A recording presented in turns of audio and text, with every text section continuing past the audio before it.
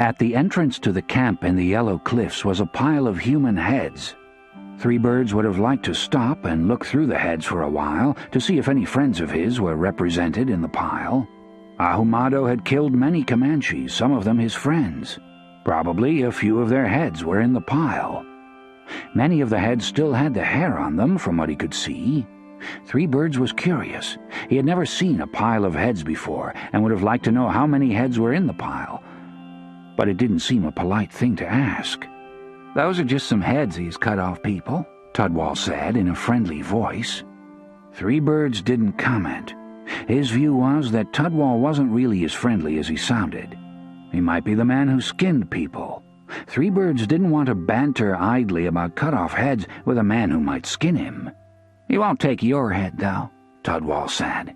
"For you it will be the pit or else the cliff." Three Birds soon observed that the camp they were coming to was poor.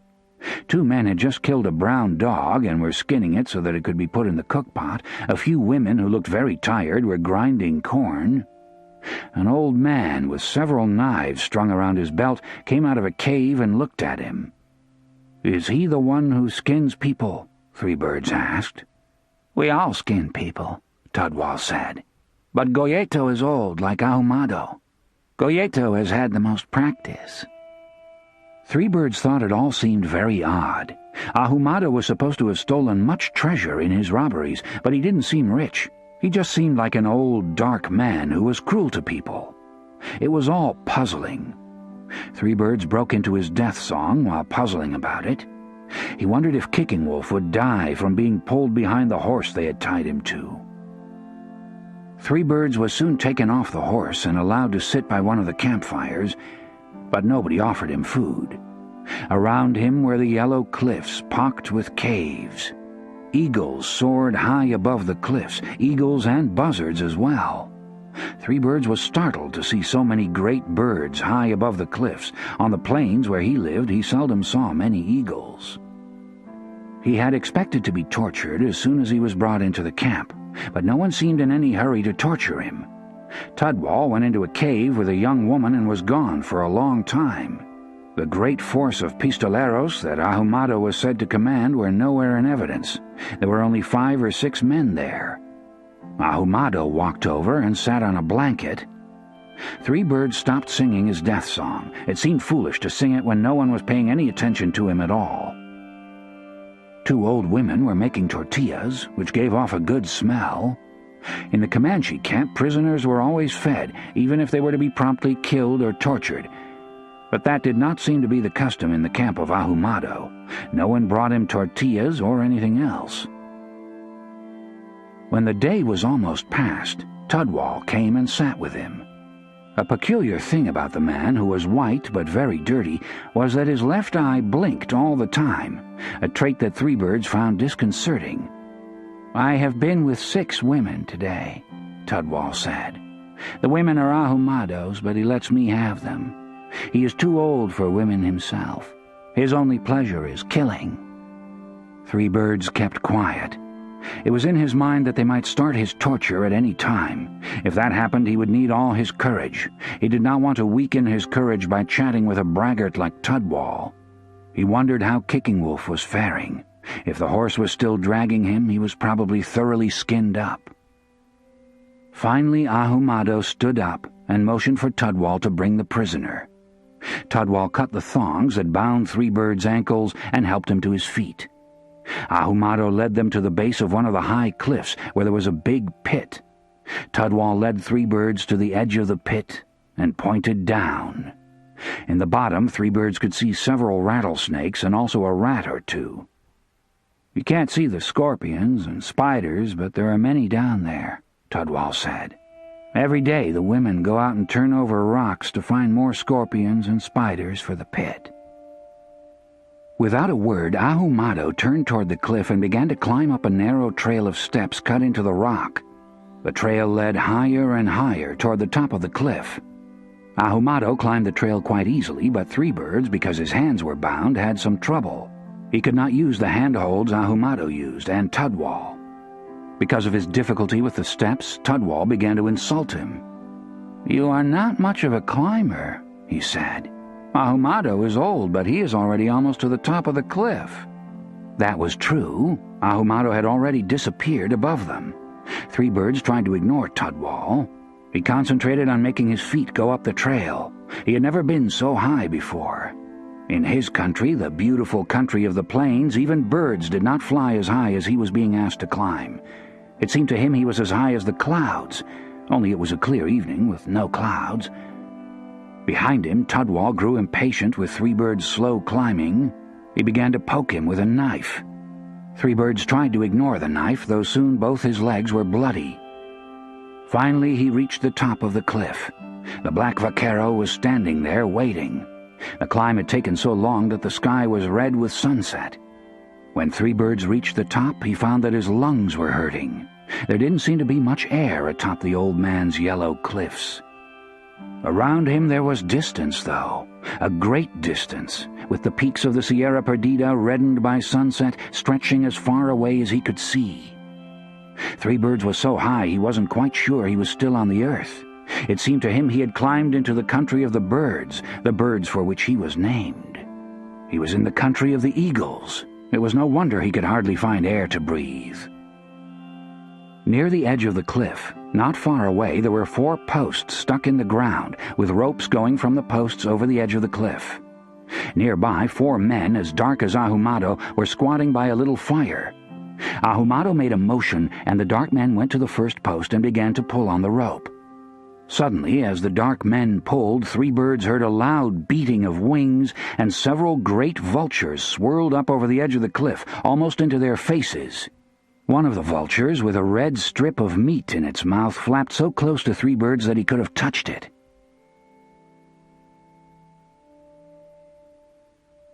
Three Birds was wondering why the strange old man and his skinny pistolero had brought him so high on the cliff, but he did not have to wonder long, for the dark men pulled a cage made of mesquite branches tightly lashed together onto the top of the cliff. It was not a large cage.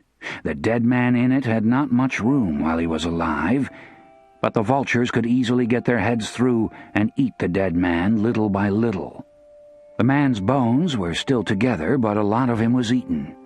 There was not much left of the man, who had been small like the dark men who raised the cage. As soon as the cage was on solid ground, the dark men opened it and quickly pitched what was left of the stinking corpse over the cliff. Now Three Birds knew why they had brought him to the top of the cliff. They were going to put him in a cage and hang him off the cliff. He walked to the edge of the cliff and looked down. There were 3 more cages dangling below him. "There is a vaquero down there who is still alive," Tudwal said. "We only put him in 2 weeks ago. A strong man, if he is quick, can stay alive a month in the cages." "Why does he need to be quick if he is in a cage?" Three Birds asked. "Quick or he don't eat," Tudwal said. "Pigeons light on the cages. If the man inside is quick, he can catch birds to eat. We had a card shop once who lasted nearly 2 months. He was quick with his hands."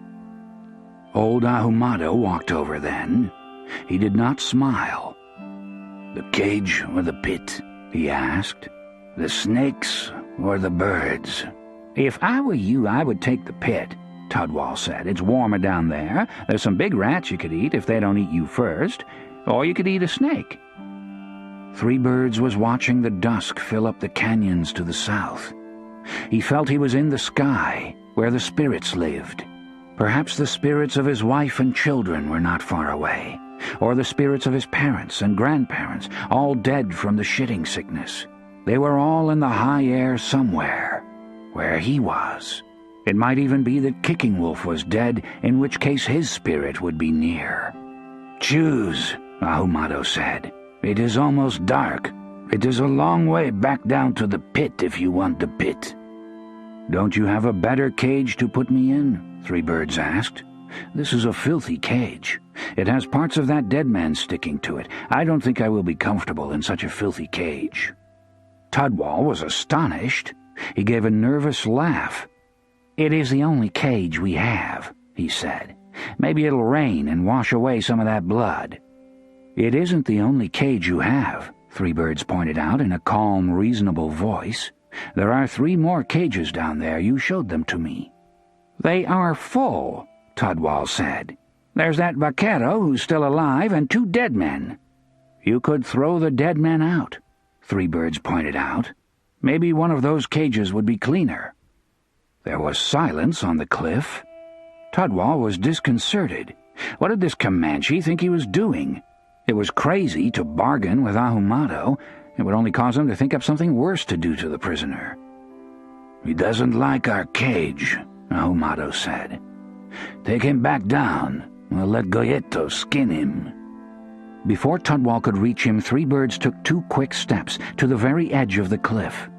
In only a second he could put himself beyond the reach of the old torturer and his blinking henchmen. He only had to step backwards, and he would be gone forever, into the fine air where the spirits lived. For a while he would fly like the birds he was named after. Then he would be where the spirits were, without having wasted any time in the dirty pit or the filthy cage. Three Birds had always been a clean man. He was glad they had brought him to a high place where the air was clean. In a moment he would go backward, into his final home in the air. But he wanted to speak to Ahumado and his henchmen before he left them. "You are stupid men," he said. "A child could fool you. Now Big Horse Skull is coming, and he is not a child. I imagine he will kill you both, and then you will not be skinning people and putting them in cages." Three Birds saw out of the corner of his eye one of the dark men sneaking toward him along the cliff edge. The man was short, so short he must have thought no one could see him. But Three Birds saw him and decided he had lectured the 2 bandits long enough. Somewhere behind him in the air, the spirits hovered like doves. He began to cry out his death song and stepped backward off the cliff. When Kicking Wolf came to, he was almost too weak to move. The tight bonds made his limbs numb, and his eyes were strange. Not far away he saw a horse that appeared to be 2 horses, and a cactus bush that seemed to be 2 cactus bushes. The horse was Three Birds' horse, the one he had been tied to. It was only 1 horse, and yet when Kicking Wolf looked at it, it became 2, and the 1 bush became 2. Some witch had distorted his vision so that he saw 2 things when there was only 1. It must have been Ahumado, or someone who worked for him. Then he saw that the rope that had bound him to the horse had been cut. To his surprise, near his head he saw Skull's footprint, a footprint he had often seen while he was following the Rangers before he stole the buffalo horse. Skull must have been the one who cut him loose. Another puzzling thing. Kicking Wolf's tongue was thick with thirst. When he sat up, the world turned around. Three Birds' horse was still 2 horses, but the 2 horses were not far away. Kicking Wolf knew that if he could free himself, he could catch the horse and ride it to water. There must be water nearby, else the horse would not have stayed. Because of his thick tongue, it took him a long time to chew through the bonds on his wrists. It was dark when the rawhide finally parted. The vaqueros who had roped him had not taken his quiver. There were no arrows in it, so they had left it. But in the bottom of the quiver was a small flint arrowhead that had broken off one of his arrows. With the arrowhead he was able to cut quickly through the rawhide that bound his ankles. Flies were stinging him all over his body where the skin had been taken off in the dragging. All he could do about the flies was throw sand on himself to cover the skinned areas. He found he could not hold his head up straight either. Something had made his neck so sore that he had to keep his head tipped to one side, or else a violent pain shot through him. When it became dark, Kicking Wolf felt a little less confused. In the dark he could not see 2 of everything. He made his way slowly to where the 2 horses that were 1 horse had been grazing, and when he got there, one of the horses melted into the other. As soon as he mounted, the horse went trotting north. Kicking Wolf found that the riding made him sick. It also made violent pain shoot through his head, but he did not stop and attempt to recover a little. He was still in the country of the black vaquero. In his weakness he would be easy to catch if Ahumado sent his men back after him. He remembered Three Birds, who had gallantly come with him to Mexico, although he had no business there. Probably Three Birds was being tortured. But Kicking Wolf knew there was nothing he could do about it. The pain shooting through his own head were as violent as torture. He had to slow the horse to a walk or he would have passed out. In such condition he could not go back to the Yellow Canyon and try to save his friend. Perhaps later he could go back with many warriors and avenge him. Even Buffalo Hump might join such a war party. He would not like it that the old man had tortured Three Birds to death. He might want to ride to the Yellow Cliffs and do some torturing himself. Near morning the horse found water, a little trickling spring high in some rocks. The pool was only a few feet across, but it was good water. Kicking Wolf let the horse drink and then tethered him securely. Then he lay down in the water and let it wash his wounds. It stung, but it cleaned him. He drank a little and then drank more until his tongue became the right size again. He wanted to sleep by the little pool, but was afraid to. Ahumado's men would know of the water-hole. They might catch him there. He rested an hour, let the horse drink, and then rode on through the day. It was sunny. He began again to see two things that were one. He saw a deer running, and the deer became two deer. Kicking Wolf knew a bad witch must have made his eyes untrustworthy. The pain in his neck and head was still violent, but he kept riding. He wanted to get back across the Rio Grande. Besides the pain in his head, there was also a sadness in his heart. He had had too much pride, and because of it Three Birds was lost. Everyone had told him that his plan was folly. Even a foolish man such as Slipping Weasel, who did stupid things every day, had been wise enough to warn him against taking the buffalo horse to Mexico. But he had done it for his pride. But his pride had cost his friend's life, and he would have to go home humbled and shamed. Ahumado had taken the buffalo horse, the great horse of the Texans, as if he had been given a donkey.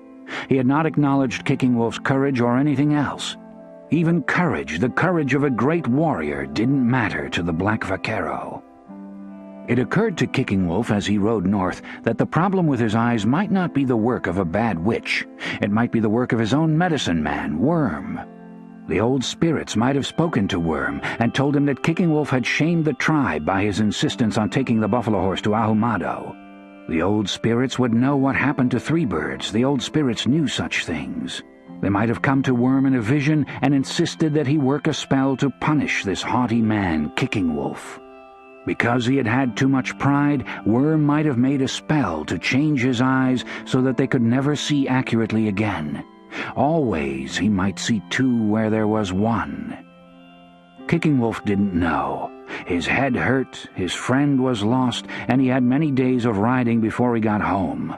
When he got home, if he did, no one would sing for him either. Even so, Kicking Wolf wanted to be home. He wanted to see Worm. Maybe he was wrong about the old spirits. Maybe it was one of Ahumado's witches who had made the trouble in his eyes. Maybe Worm could cure him, so that once again he would only see what was there. When Skull awoke, Hickling Prescott was on his mind, and the smell of cooking meat was in his nostrils. His mother, a Tickner, had been a childhood friend of the great historian, whose house stood only a block down the hill from the great Georgian townhouse where Einish Skull had grown up. The world knew the man as William Hickling Prescott, of course, but Skull's mother had always called him Hickling. As Einish Skull was leaving for the Mexican War, he had gone by to pay his respects to the old man, then blind and mostly deaf. It was well to know your history when going off to battle, Skull believed, and certainly his mother's friend Hickling Prescott knew as much about the history of Mexico as anyone in Boston, or in America for that matter. To Hickling Prescott, of course, Boston was America, as much of it at least as he cared to acknowledge. Twice before, during the few weeks he had spent in Boston, Skull had made the mistake of taking Inez along when visiting the old man. But Hickling Prescott didn't approve of Inez. Although he couldn't see or hear and wasn't expected to feel, somehow Inez's determined carnality had impressed itself on the historian, who was not charmed. He didn't believe the sons of Boston should marry women from the South, and yet, to his annoyance, not a few sons of Boston did just that. "Why, the South's just that riffraff John Smith brought over, Mr. Skull," the old man said. "Your wife smells like a Spanish harlot. I sat next to her at dinner at Quincy Adams's and I smelled her. Our Boston women don't smell. At least they smell very rarely. The Oglethorpes were low-bred, you know, quite low-bred." "Well, sir, Inez is not an Oglethorpe, but I admit she can produce an odor once in a while," Inish said. "There are several appealing misses right here in Boston," Hickling Prescott informed him crisply. "I hardly think you needed to root around in that Oglethorpe bunch just to find a wife." He sighed. "But it's done, I suppose," he said. "It's done, Mr. Prescott," Inish admitted. "And now I'm off to Mexico to the fight." "Have you read my book?" the old man asked. "Every word," Inish assured him. "I intend to reread it on the boat." "The Oglethorpes produced many fine whores," old Prescott said. "But, as I said, it's done. Now I'm working on Peru, and that isn't done."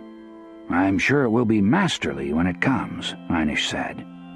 "Magisterial, I would have said," old Prescott corrected, sipping a little cold tea. "I don't expect we'll have to fight Peru, at least not in my time, and I have no advice to offer if we do." "It's Mexico we're fighting, sir," Inish reminded him.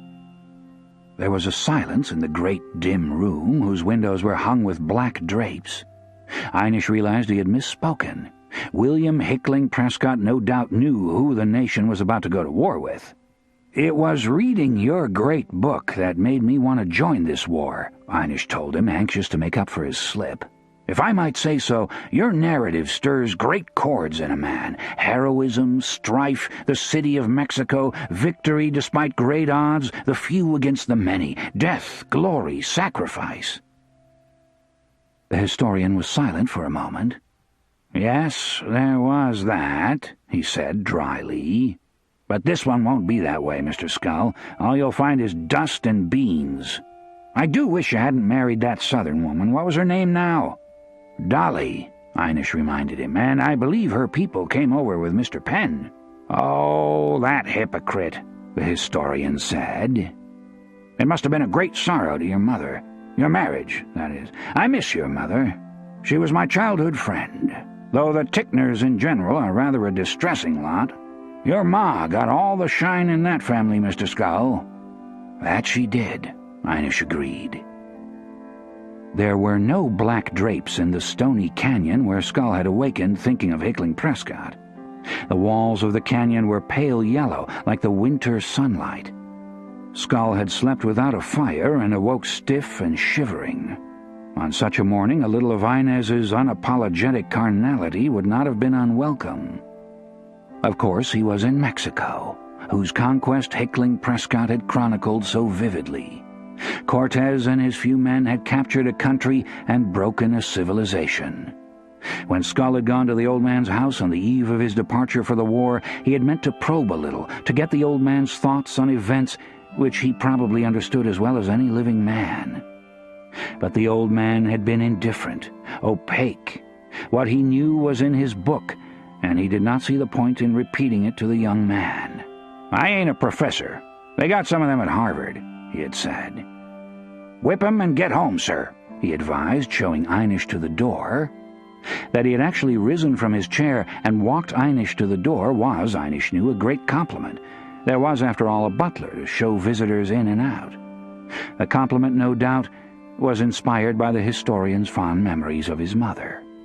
"I'd leave that Oglethorpe girl down in Georgia if I were you," the old man said as he stood in the door, looking out on the Boston he could not see. "She won't do much harm if she's in Georgia. The Oglethorpe smell don't carry that far." But it was a meaty smell, not the memory of the old crabbed historian that had awakened Inish Skull from his chilly sleep in the Yellow Canyon. What he smelled was meat cooking. He didn't take in the smell with every breath, but intermittently, every few minutes, when there would be a certain shift in the wind, then came the smell. Skull cautiously looked around. The land was broken and humpy. Perhaps someone else was camped behind one of the humps, cooking a deer or a pig. And yet a fire would have meant smoke, and he saw no smoke. "It's dream meat," he told himself. "I'm dreaming of venison and pork because I'm rumbling hungry. I'm so hungry I'm dreaming smells." His only food the day before had been 3 doves. He had crept up on them in the early morning dimness and knocked them off their roost with a stick. He had seared the fat birds over a small fire and had eaten them before full daylight came. He knew he was in the domain of the old killer, Ahumado, and didn't want to be shooting his gun, not for a few days. Nor, ordinarily, did Einar Skull mind fasting. He had seen men killed in battle because fear and dread caused them to lose control of their stomachs or their bowels. In the time of battle, a fighting man needed to stay empty, in his view. There would be time enough for feasting once the battle had been fought. Still, he was human and could not be fully immune to the smell of cooking meat. Then he saw movement to the west. In a moment, a coyote came in sight, its ears pricked up, going toward the ridges to the south. The coyote was moving purposely. Perhaps it smelled the cooking meat, too. Perhaps, after all, it was not a dream smell that had brought him awake in the Yellow Canyon. Skull decided he might as well follow the coyote. It had a better nose than he did and would lead him to the meat, if there was meat. He walked for 2 hours, keeping the coyote just in sight. For long stretches he lost the meat smell entirely, but then, faintly, if the wind shifted to the south, he would smell it again. Between one gray ridge and the next, he lost the coyote completely. The country rose slightly. He was crossing a mesa, or tableland, almost bare of vegetation.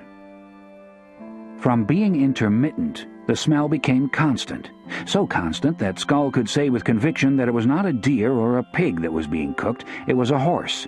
He had eaten horse often in his trekking in the west, and didn't think he could be mistaken. Somewhere nearby, horse meat was cooking. But why would the smell carry nearly a dozen miles to the canyon where he had slept? Then Skull began to notice tracks, many tracks. He was crossing the route of a considerable migration. There were a few horse tracks, but most of the migrating people were on foot. Some were barefoot, some wore moccasins. There were even dog tracks. It was as if a village had decided to move itself across the empty tableland. Then Skull saw the smoke, which seemed to be rising out of the ground a mile or more ahead. The smoke rose as if from a hidden fire. He didn't know what to make of it, but he did know that he had begun to feel exposed. He was in plain sight on a bare mesa where 100 people or more had just passed. Skull looked around quickly, hoping for a ridge, a hump of dirt or patch of sage, anything that could conceal him, even a hole he could hide in until darkness fell. But there was nothing. Besides, he was marching in stout boots, and his tread would stand out like a road sign to anyone with an eye for tracks. Skull turned and hurried back toward the last cover, doing his best to erase or at least blur his track as he went. Suddenly he felt more exposed than he ever had in all his years of soldiering. A kind of panic seized him, an overwhelming need to hide until dark came. Then he could come back and unravel the mystery of the smoke and the smell of cooking meat. Skull hurried back, scrubbing out his tracks as best he could as he walked. The last ridge had been rocky. He felt sure he could dig under one of them and stay safely hid until dark. Then he saw the old man coming toward him along his own track. The minute he saw him, he remembered something Famous Shoes had said. "Ahumado is always behind you," Famous Shoes had told him. "Don't look for him in front. When he wants you, he will appear, and he will be behind you." The memory came too late. The black vaquero was following the plain track left by his boots.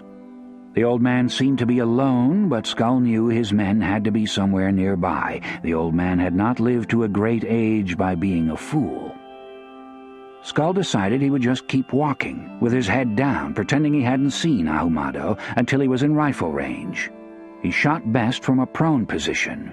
When the distance was narrowed sufficiently, he would just drop to the ground and fire. With one well-placed shot, he could eliminate the black vaquero, the old bandit who had harassed the settlers of the border as ferociously as Buffalo Hump had the settlers along the northern rivers.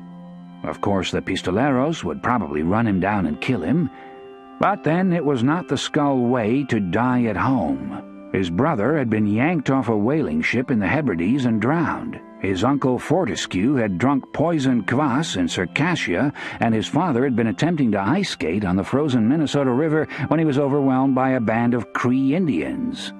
The Skulls died vividly, but never at home. Skull had only 100 yards to walk before he was in rifle range of Ahumado. He didn't mean to risk a long shot either. The 100 yards might take him 3 minutes. Then he would have to decide between certain martyrdom and very uncertain diplomacy. If he chose to risk the diplomacy, he would have to live until Ahumado chose to let him die, which might be after days of torture. It was a choice his forebears had not had to make. His brother hadn't meant to get jerked out of the whaleboat, his uncle Fortescue had no idea the Kvass was poisoned, and his father had merely been skating when the Cree hacked him down. Skull walked on. Ahumado came in range. Skull didn't shoot. Too curious about that smoke, he told himself. Maybe he'll consider me such a fine catch that he'll ask me to dinner. Then he saw to Ahumado's right 4 small, dark men. To his left, a tall man on a paint horse had appeared. The black vaquero indeed had not been alone. For a moment Skull wavered. Only 6 men opposed him. Ahumado carried no weapon. The only gunman was the skinny man on the paint horse. He could shoot him, grab the horse, and run. His fighting spirit rose. He was about to level his rifle when he glanced over his shoulder and saw, to his amazement, that 4 more of the dark men were just behind him, within 30 yards. They had risen as if from the earth, and they carried bolos, the short rawhide thongs with rocks at each end that Mexicans threw at the legs of cattle or deer to entwine them and bring them down. Skull did not level his rifle. He knew he had waited too long. Now it would have to be diplomacy. The fact that the dark men had simply appeared was disturbing. He had looked the terrain over carefully and seen no one. But there they were, and the die was cast. Ahumado came to within 10 feet of Skull before he stopped. "Well, hello from Harvard," Skull said. "I'm Captain Skull." "You have come just in time, Captain," the old man said. The man on the paint horse rode up behind him. He had a blinking eye. The dark men stood back, silent as rocks. "Just in time for what, sir?" Skull asked. "To help us eat your horse," Ahumado informed him. "That's what we are cooking over there in our pit." "Hector," Skull said. "Bible and sword. You must have a big pit." "Yes, we have a big pit," Ahumado said. "We have been cooking him for 3 days. I think he is about cooked. If you will hand this man your rifle, we can go eat him." The tall pistolero rode close. Skull handed him the rifle. With the dark men walking behind him, Einish Skull followed Ahumado toward the rising smoke. Skull stood on the edge of the crater, astonished first by the crater itself, and then by what he saw in it. From rim to rim, the crater must be a mile across, he judged. Below him, at the bottom of it, were the 100 or more people whose tracks he had seen, men and women, young and old. They were all waiting. The smoke rose from a pit in the center of the crater. Hector, whose head was missing, had been cooked standing up in his skin.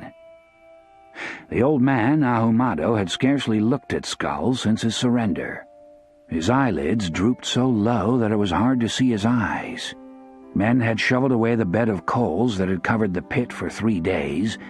The coals were scattered in heaps around the pit. Many of them still glowed red. "We have never cooked a horse this big," Ahumado remarked.